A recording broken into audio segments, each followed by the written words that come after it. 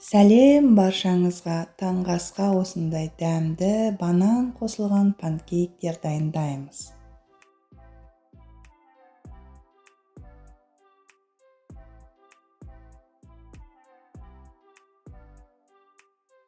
Алдымен бір банан мен 250 мг сүтті блендерде езіп аламыз.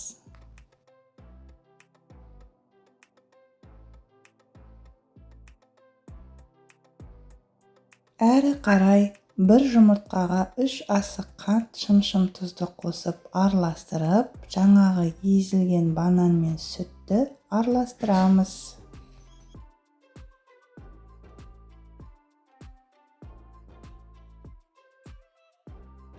3 ас қасық шемішке майы қосамыз.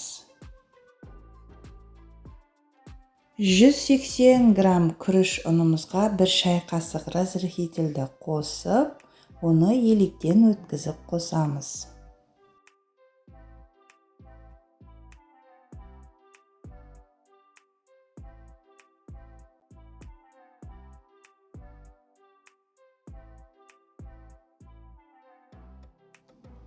Қалған 100 мг сүтімізді қосып, араластырып, сұйық масса шығарамыз.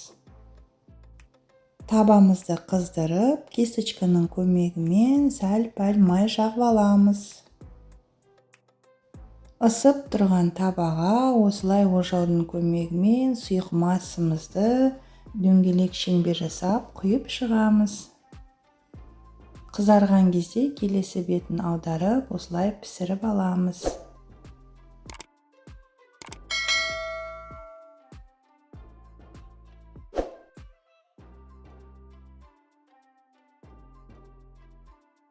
Біздің панкейктеріміз дайын. Мен клубникамен, шоколадпен сәндеп, осылай таңғы асқа осындай банан қосылған панкейк дайындадым.